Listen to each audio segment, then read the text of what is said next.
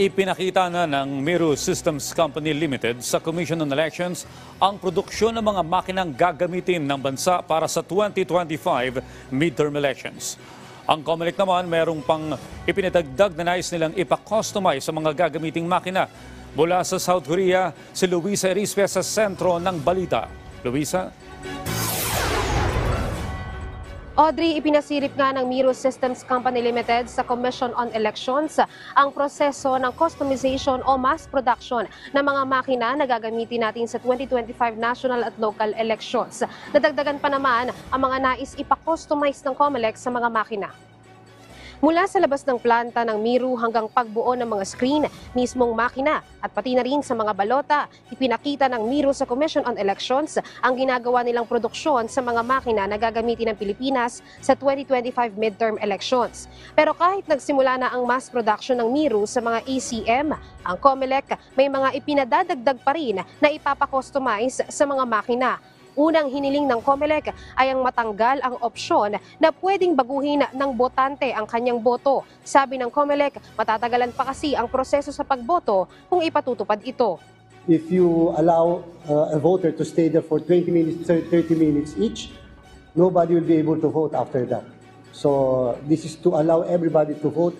And the most important is we are able to utilize the screen to show the ballot image. Pagdating naman sa election returns, nais ng komisyon na may rekta ng nakalagay na recipient ng stakeholders para hindi malito ang mga guro sa pagtatransmit nito. Ito rin anya ay upang masiguro na maitatransmit ng mga guro ang resulta ng mga boto sa lahat ng stakeholders. So the second customization request that we would like to make to Miro is about the election returns, if it is possible, is when we print the 8 election returns, the first 8 election returns should contain to whom this election return is intended to. For example, it should be automatically printed there.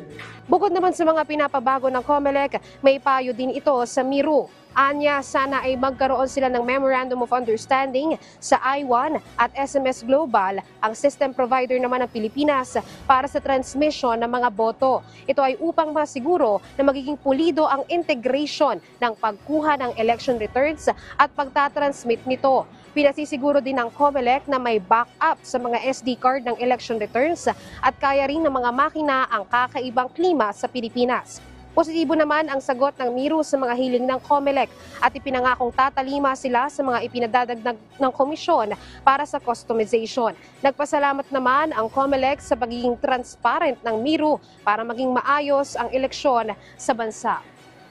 Audrey, bilang parte naman ng transparency ng mass production nitong mga automated counting machines, mamaya hapon ay ipasisirip naman ng Miro ang mismong planta nila mula sa buong pasilidad para maipakita kung paano nila ginagawa itong mga makina mula sa mga screen at pati na rin yung mismong paano yung pagbasa ng mga boto upang makita nga rin ng publiko kung paano ang magiging bagong ACM o mga makina na gagamitin natin sa darating na eleksyon. Audrey.